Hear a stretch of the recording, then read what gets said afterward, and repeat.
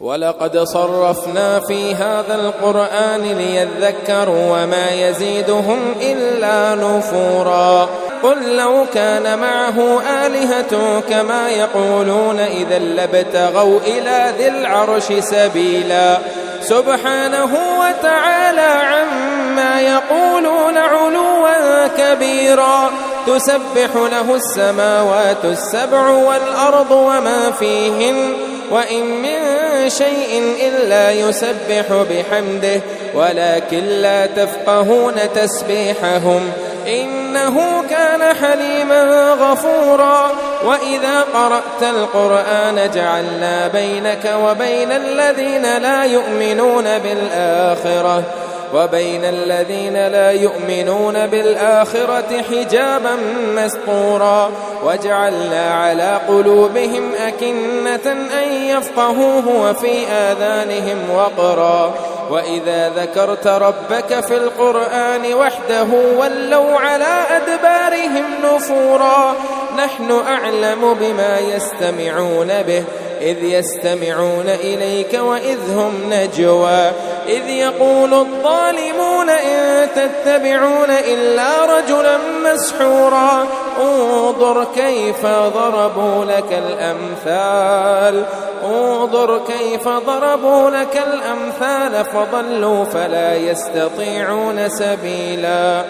وقالوا أئذا كنا عظاما ورفاتا أئنا لمبعوثون خلقا جديدا قل كونوا حجارة أو حديدا أو خلقا مما يكبر في صدوركم فسيقولون من يعيدنا قل الذي فطركم أول مرة فسيوغضون إليك رؤوسهم ويقولون متاه قل عسى أن يكون قريبا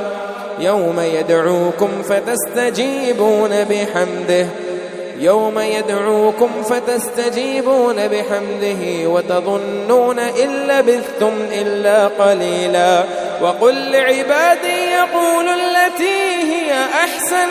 إن الشيطان ينزغ بينهم إن الشيطان كان للإنسان عدوا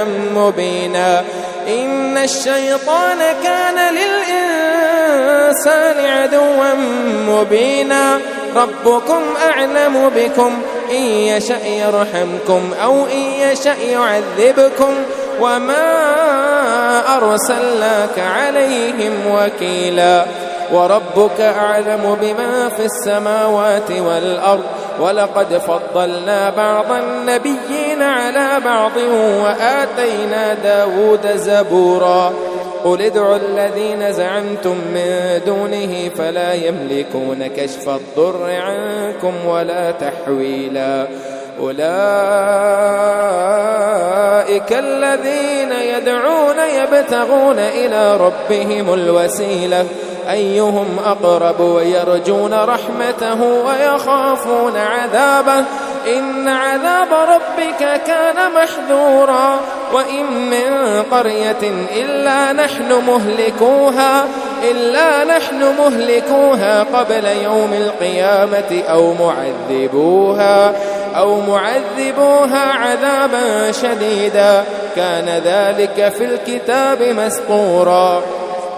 وما منعنا أن نرسل بالآيات إلا أن كذب بها الأولون وآتينا ثمود الناقة مبصرة فظلموا بها وما نرسل بالآيات إلا تخويفا وإذ قلنا لك إن ربك أحاط بالناس وما جعلنا الرؤيا التي أريناك إلا فتنة للناس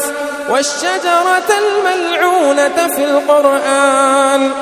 ونخوفهم فما يزيدهم إلا طغيانا كبيرا.